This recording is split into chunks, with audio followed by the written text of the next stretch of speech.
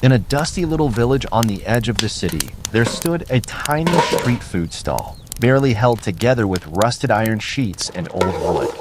Every morning at sunrise, a young man named Rafiq would light the stove, mix his secret spices, and prepare This is the food best that part of made the even day. the grumpiest I passerby heard stop Rafiq has and a new smile. spice mix today. To Oh, everyone, wonderful. Rafiq was just a simple street vendor. They saw the oil stains on his shirt, the cracks in his slippers, and the sweat dripping down his face as he served food day and night.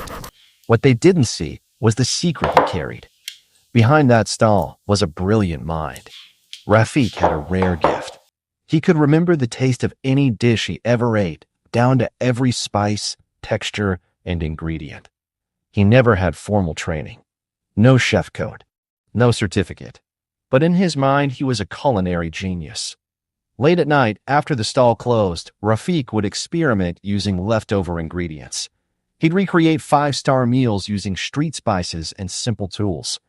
He wrote down everything in a torn notebook labeled Dream Recipes. He dreamed not of becoming rich, but of being recognized. One humid afternoon, a luxury car stopped beside his stall. Out stepped a well-known city businessman, known for investing in restaurants. The man was curious about the long line of villagers waiting under the sun. He ordered one plate, took one bite, then paused.